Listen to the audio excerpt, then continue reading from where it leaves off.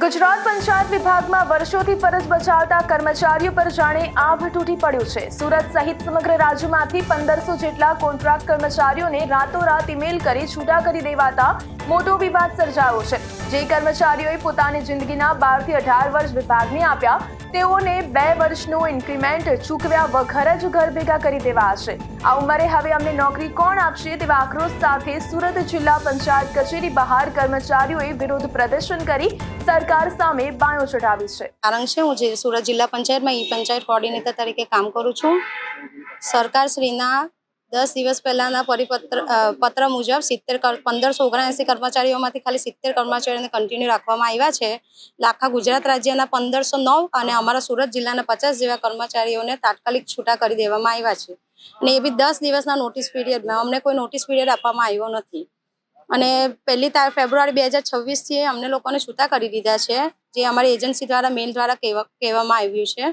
અને આ અમારા બધા જે કર્મચારીઓ છે 10, 12, 15, 18 આ રીતના જ્યારથી પ્રોજેક્ટ ચાલુ થયો ત્યારથી જોડાયેલા છે। તો હવે એ લોકોની ઉંમર પણ નીકળી ગઈ છે અને એ લોકો સરકારી નોકરીમાં વય મર્યાદા એ લોકોની આવી રહે એવું જ નથી ને એમના બાળકોનો અભ્યાસ છે, એમના માતા પિતા વૃદ્ધ થઈ ગયા છે, તો આ લોકો બધાનું ભરણ પોષણ કરશે કોણ? સરકાર કરશે, કોણ કરશે? તો અમારી ખાતે એટલું નિવેદન છે સરકારને કે ભાઈ અમને જોબમાં કન્ટિન્યુ રાખો, કેમ કે સરકારની તમામ યોજના અમારા ટેકનિકલ સ્ટાફ દ્વારા જ કરવામાં આવી રહી છે। એટલે સરકારને કરે છે એવું લાગતું હોય કે આ લોકો નહીં હશે તો કામ નહીં થશે, તો થોડું વિલંબ થશે, પણ અમને આવી રીતે છૂટા ના કરી દો, અમને કન્ટિન્યુ રાખો તો વધારે સારું છે, એટલું અમે ખાલી કહેવા માંગીએ છીએ। ये आपનું નામ? મારું નામ બિપિનભાઈ વસાવા છે। હું ઉમરપાડા તાલુકા પંચાયતમાં ટીએલએ તરીકે ફરજ બજાવું છું। છેલ્લા 13-14 વર્ષ થઈ ગયા મને। ઈગ્રામ વિશ્વગ્રામ સોસાયટી જે આર્મી ઇન્ફોટેકને કોન્ટ્રાક્ટ આપ્યો હતો, અમારા 5 વર્ષનો કોન્ટ્રાક્ટ હતો। આ 4 વર્ષ અમારા પૂરા થાય છે।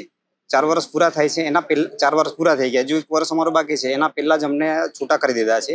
આખા ગુજરાતના 1500 પ્લસ કર્મચારી છે, તેમાંથી અમારા સુરત જિલ્લાના તાલુકા અને જિલ્લાના મળીને કુલ 50 કર્મચારી થાય છે, જેમને અચાનક 20/1/2026 ના દિવસે લેટર કરી અને 31/1/2026 ના દિવસથી છૂટા કરી દીધા છે।